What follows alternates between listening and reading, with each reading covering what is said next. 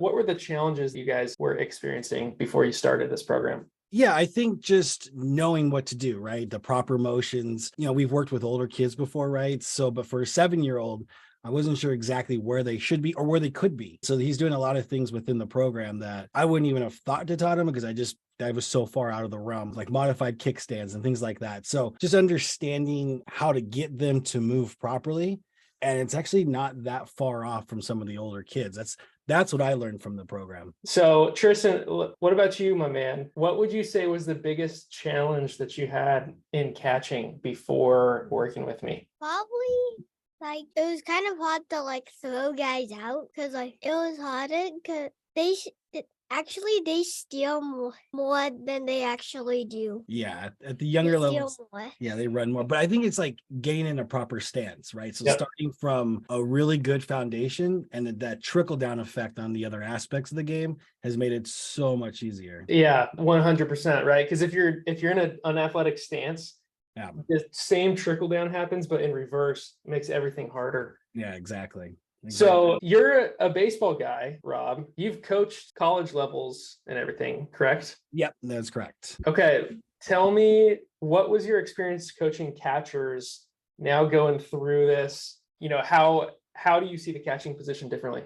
I think it's a lot more detail oriented. So like a lot of guys, if you get, especially in summer ball, right? You get these guys in, they've come from wherever they've come from, and there's not a whole lot of time to break it down. But I think now my view is look, the different types of progression, right? How you move, incorporating a baseball, then going through the full, putting it all together, right? Mm-hmm. So I think the attention to detail now going forward with older kids is going to be significantly easier, I think. And then also, I think the second part of it, which you touched on in this program that I liked quite a bit, was talking about how to do it the wrong way. When you talked about blocking, right? Sticking your chest out. So those aspects, haven't really thought about that before, how to teach it the wrong way and kind of doing it in reverse order. So I thought that for me was, from a coaching standpoint, was one of the biggest benefits of the program. That's awesome. Yeah. Understanding the wrong way and doing the opposite is one of the most simplest things that you could do, but it's truly transformational once you grasp the concept. So then what about through the journey? As we were doing it, what was that process like for you? What was like for you? Remember we were doing 5 minutes every day. What was that like for you? It was hard, but it was also kind of fun. And the last time we were doing blocking, I usually slid in. Yeah. After we finished the video, I just stopped back behind the staircase and just started running into the video. Yeah. And then we literally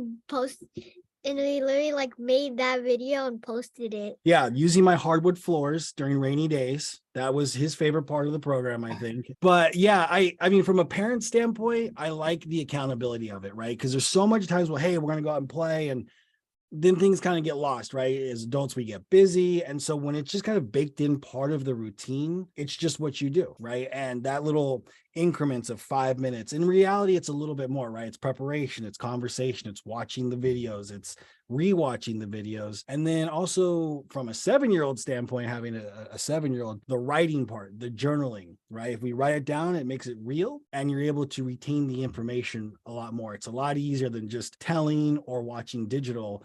That writing down aspect for me was probably the biggest benefit of the program. And just again, from a consistency standpoint, I think that's where he improved quite a bit. That's so cool. Tristan, have you ever done any sort of writing or journaling before when it came to baseball? No. Not much. What did you see the difference being from before you were journaling to after you were journaling? I was able to do better. Yeah. Did you feel like you understood what you were talking about more? Yeah. Yeah. What do you think happens if you understand what you're doing more? You get better. Yeah, absolutely. On a side note, the handwriting got a lot better. So from my wife's standpoint, she loved that part of it. Yeah, they practice journaling every day. You're going to get better at handwriting. So that was one of those unintended consequences that worked out. I love it. So talk to me a little bit more about the work that you guys were doing every day. Now, obviously in the group, we had some older high school guys that were just doing it themselves, right? Tristan's 7. What was that time like with father, son? Talk to us a little bit about that. Yeah, absolutely. No, it was fun. It was fun because a lot of those things I have not done specifically those exact things. So in fact, he had a good time because he'd worked with you a little bit, off camera as well in real life. And so that part he liked the most was teaching me. And that's kind of what I had to make it like for him. It was for him to almost like teach me what you're doing. Then he understands it. And it also made it a lot more fun, right? You kind of like to boss your dad around a little bit. I know you had a good time with that. But yeah, you want to talk about that? How like the process of you were watching the videos and then you were teaching me how to do it and then you were going out and doing it. Did you have fun? Yeah. Okay. What was your favorite part? Like when we were working together on this program, what was your favorite part of it? Doing it. Actually, so you actually you had fun doing the drills and doing the catching? Yeah, no, that was like you said, it for us, it was good quality time.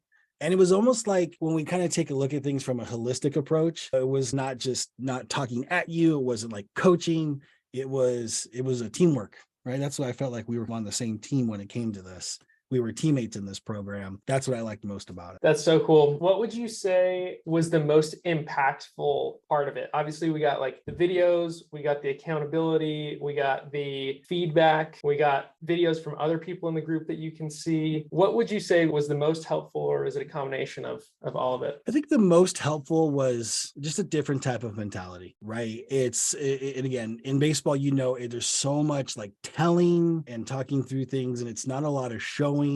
It's not a lot of, you know how it is. It's a coach and he just kind of yells at barks orders. So I think that the best part of this was a lot of inner analyzing yourself, right? Figuring out like, how do I do this? Being able to duplicate what you see on video and then what feels right. And then being able to watch the video back of yourself. I think that's the thing too, especially for younger guys, is when they actually see themselves on camera, they can figure out, oh, I don't feel right? I don't feel my left foot leaking out this way. I need to tuck it in a little bit more behind me, or like my glove angles too. I don't feel that, but I can see it. Now I'm more aware of it when I actually do the drill the next day. So I think that was a big part of it. It's the accountability in filming. I think for me, that was probably the best. How about for you? Is it easier when you see yourself on camera or when you hear it? What's best for you? Seeing it on camera. On film? Yeah. Yeah, that was the best part for you. What else did you like about the overall part of the program? Did you like the meetings? There was the videos. What was your favorite part? Doing drills and stuff.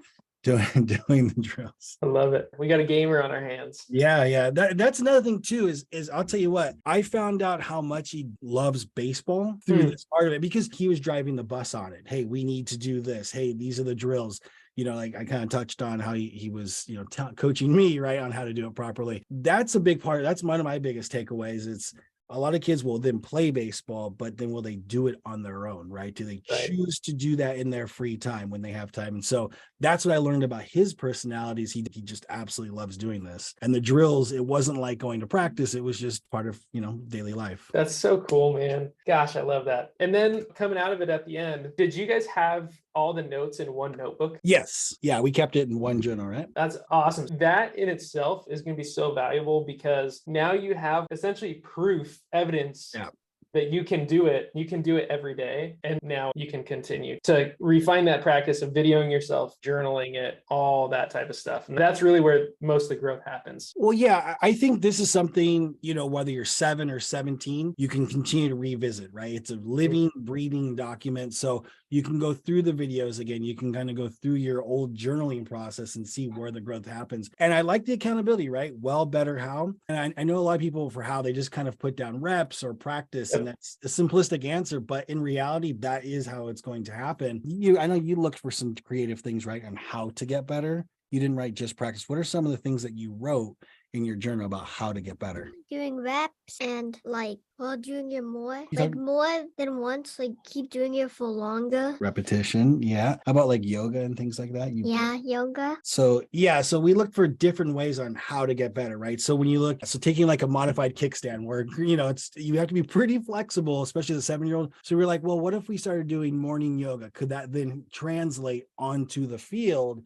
And so doing things that I probably would not think of outside of the program, it started to make us think differently. How can we improve outside of just the typical practice and reps that, like you said, will translate into these drills to be ultimately a more effective catcher? That's awesome. Okay, last question. If you had to describe the before and after of where you were before, what challenges you had, the results coming out of it, how would you describe that? Yeah, you want to talk about that first? Okay, go ahead. So catching, it was really hard for me to catch, balls would hop off the ground towards me and it would and I'd mostly miss, but now like I like balls that hop in front of me, I can now catch them on the hop. Yeah. Because like I did that once in my game yesterday. So blocking is a lot easier, right? And Yeah. and now you have a pregame routine, right? And based off the drills in the program, you should talk about that. Like, what do you do before your game that's helped you? I'm like dropping the ball and trying to catch it off the bounce, that's exactly what happened in the game. Love it.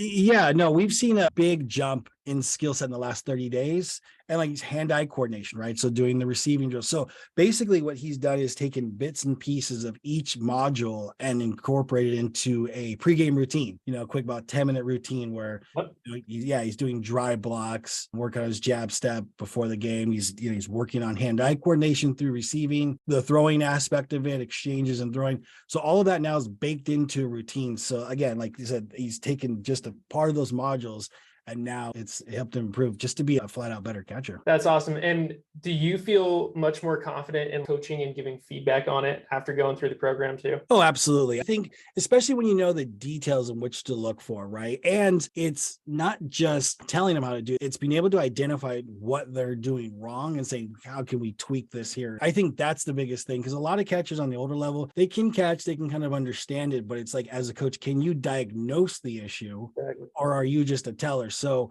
being able to diagnose it and be able to correct it right there on the spot is the biggest benefit from a coaching standpoint. Well, that's awesome, man. Well, thank you. That was great. Are you good if I take this recording and post it? Yeah, that's why I kind of wanted to have a little bit better of an environment. But yeah, no, overall, Anj, like I said, the program, it was from a positive standpoint. I cannot tell you from a youth now how important that is. And I've actually, within the program, understood how important that is to take more of a positive approach. So there's a lot of, ripple effects within this program.